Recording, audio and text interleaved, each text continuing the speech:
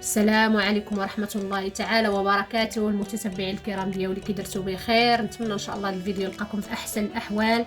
نهار جديد وفيديو جديد ويوم جديد، الحمد لله. هنا عندنا صبات شويه ديال الشتاء، اللهم لك الحمد. الله يجعل سيدي ربي يرحمنا ويرحم جميع العباد يا ربي. نتمنى ان شاء الله يعني هذا الفصل هذا يدخل علينا بالرزق والتيسير والهنا والسلامه، ورفع هذا الوباء يا ربي. وان شاء الله الشتاء تعم جميع أقطار العالم يا ربي على قد النفع، اللهم آمين. المهم الأحباب ديالي الكرام، اليوم إن شاء الله بغيت نحضر واحد الطويجين هكذا للغدا ديال الدجاج بالزيتون والحامض، كيجي زوين.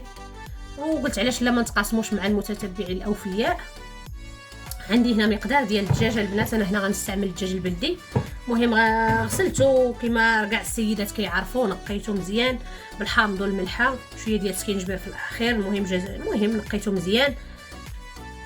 المهم الدجاج على حساب عدد الافراد. المهم انا هاد الطريقه اللي غنشاركها معكم تقدروا بزاف السيدات يكونوا كيعتمدوها في المنازل ديالهم. المهم انا بغيت غير نشاركها معكم، وما كتختلفش لا بين الدجاج البلدي ولا بين الدجاج الرومي، يعني كيف.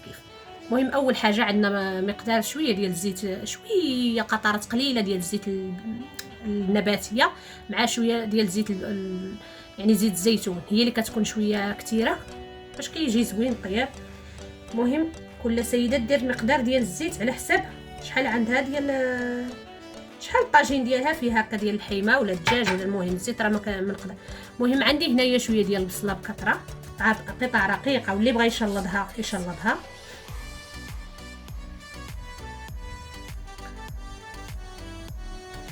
عندي البنات هنايا الثومه حتى هي بكثره. غنخلي شويه البنات هنايا هاد الطاجين يطلع معاه الغليه ونرجع معكم، بقاو معايا. دابا كي كتشوفوا البنات انا شعلت على الطاجين ديالي. المهم شويه البصله كتكون كثيره البنات باش كتجينا المريقه خاطره وزوينه. والزيت راه خص اي سيدات يعني تكون عارفه المقدار ديال الزيت، حيت هانتوما الدجاج يعني هاد الطويجين هذا ما فيه لا خضره لا والو، يعني راه ما غاديش يدي بزاف ديال الزيت ديك المرقه كلها زيت. خص ضروري يعني تعرفي المقياس اللي غادي ديري. المهم في التوابل كي كتشوفوا عندي هنا سكينجبير، عندي القزبر حبوب مدقوق، يعني القزبر حبيبات وطحنته، شويه د الملحه حيت عندي الحامض مصير البنات. الملح انا ديما كنخليها حتى الاخر كنقاده. عندي الحامض مصير. المهم غنكمل معكم التوابل: الملح، الابزار، الكركم، دويمه ديال الزعفران الحر، اللي عنده الزعفران شعره يديروا، انا عندي الدويمه. عندي هنا السمن صافي، والحامض مصير. هنا حامضه كامله، مقدار حامضه كامله صغيره مصيره مقطعه هكذا. المهم خديت غير اللب ديالها، القزبر ومعدنوس، ما كثرتش البنات. المهم شويه، ماشي ما كثرش وماشي قليل، ما خصوش يجي كثير حيت غيتجاش باش ما يجيناش المرقه زرقاء بزاف. ملي كتستعملي القزبر حبوب راه بحال درتي القزبر حتى هو راه كيعطي النسمه ديالو. المهم هادو هما التوابل اللي عندي. غادي نخلي الطاجين ديالي شويه يتشحر ونرجع معكم باضافه التوابل. بقاو معايا البنات. دابا نتوما البنات كما كتشوفوا من بعد ما هبطت ليا ديك البصيله ديالي، ماشي ضروري اننا نشحروها بزاف، كتبدا تغلي بحال هكذا.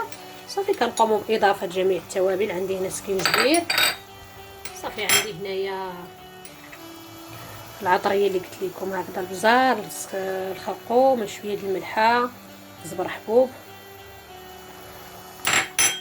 عندي البنات هنا الحامض مع القزبر والمعدنوس. عندي هنايا هاد المعلقه صغيره ديالي ديال السمن.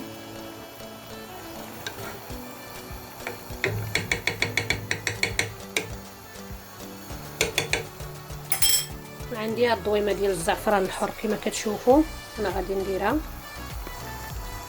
كما كتشوفوا البنات. هاد الضويمه ديال الزعفران الحر نحاول هكذا باش ما تبقاش مجموعه متكتله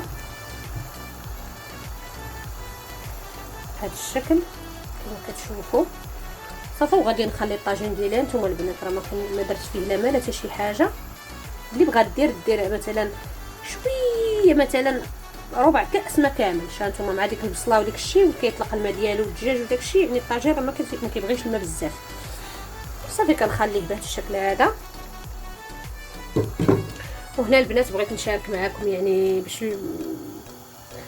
باش غادي نرافقها. غادي المهم الطاجين غادي نزينو بالحامض مصير مع الزيتون، وغادي نرافق يعني هاد الطاجين ديالي مع شويه ديال البطاطا فريت للوليدات كما كتشوفوا البنات. قطعت البطاطا راه كلشي كيعرف كيفاش يقطعها. درت عليها الماء بارد البنات، واحد المعلقه ديال الملح صغيره على حسب الذوق ديال كل واحد. غادي نخلي البطاطا ديالنا البنات غير تطلع الغاليه، يعني غير تشكل لينا ديك الكشكوشه بيضه من الفوق، ديك الرغوه بيضه. المهم انا غادي نتبع معكم مراحل. ملي غادي غير تطلع ديك الغاليه، يعني غير يغلي الماء يوصل لدرجه الغليان وكتطلق لينا واحد الرغوه بيضه من الفوق، صافي كنطفيو عليها باش كتجينا البطاطا زوينه مقرمشه وما شارباش الزيت. نتمنى ان شاء الله تتابعوني حتى الاخير وبقاو معايا انا معكم. ها انتم البنات، ها هو بدا طلق هو الماء ديالو. شوفوا البنات، يعني ديك البصيله في الاخر راه كتجي خاتره ولذيذه، هي اللي كتخطر لينا الدجاج. سوا طيبتي في الكوكوط سوا في الطاجين، ضروري من الدجاج خصو بصيله. في الاخر غادي تشحر، ما غتبقاش كاع باينه بهذا الشكل. صافي كنحاولوا نقلبوا هكذا الطريفات ديالنا باش ديك العطريه كتندمج مع جميع العناصر. نقلبوا فيهم هكذا.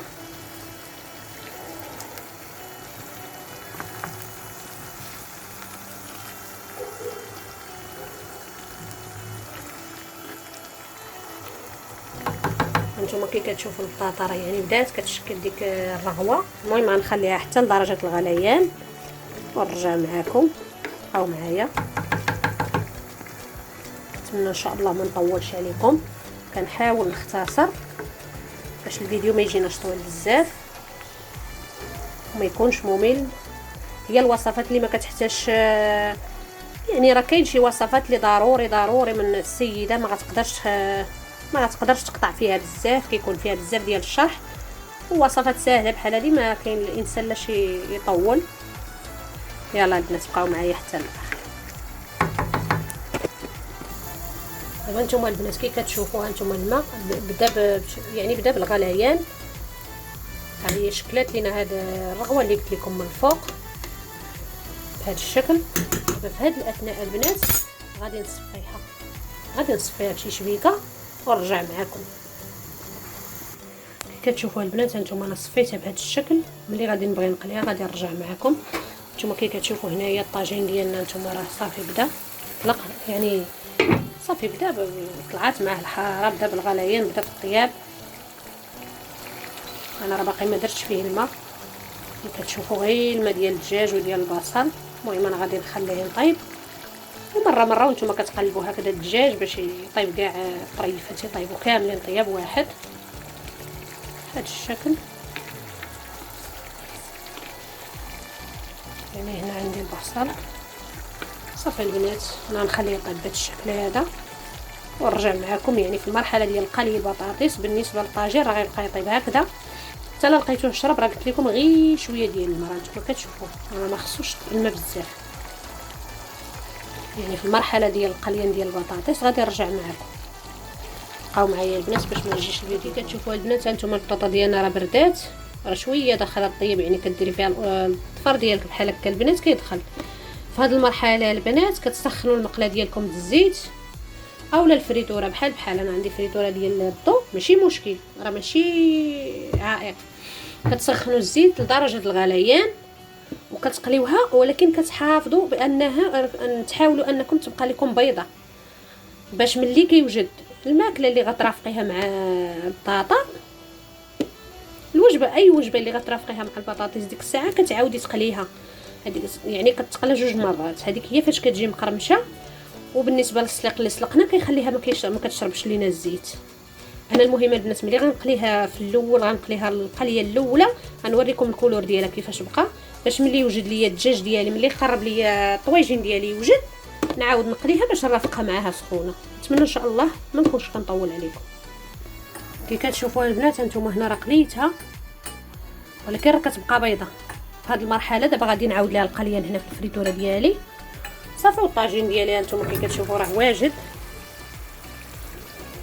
بقاو معايا البنات مع الشكل النهائي. المهم البطاطا راه بحال قليتوها في الفريتوره بحال قليتوها في الزيت هكذا كتبقى هكذا، يعني بيضه. دابا غنعاود ليها القليان غير تحمر صافي راه جاهزه. بقاو معايا البنات. هانتوما البنات كي كتشوفوا، هانتوما راه كتجي واقفه في هذه المرحله. صافي غادي نحيدها. بغيتي هكذا يكون بواحد الورق نشاف باش نزل داك الزيت. المهم الا كان فيها شي زيت ضروري بقاو معايا البنات مع الشكل النهائي. كي كتشوفوا البنات هذا هو الشكل النهائي ديال الطويجين ديالنا كيفاش جا. زينتو هكذا بريفات ديال الحامض مع الزيتون، جا شارب. نتمنى ان شاء الله تجربوه وينال الاعجاب ديالكم. وبالنسبه للبطاطا البنات الوصفه اللي شاركت معكم هانتوما كما كتجي شاربه ناشفه بحال ما فيهاش كاع الزيت. نتمنى ان شاء الله حتى هي تجربوها وتردوا عليا. وبغيت نشارك معكم اليوم الغديوه ديالي كيفاش جات. نتمنى ان شاء الله تنال الاعجاب ديالكم، والى وصفه اخرى باذن الله.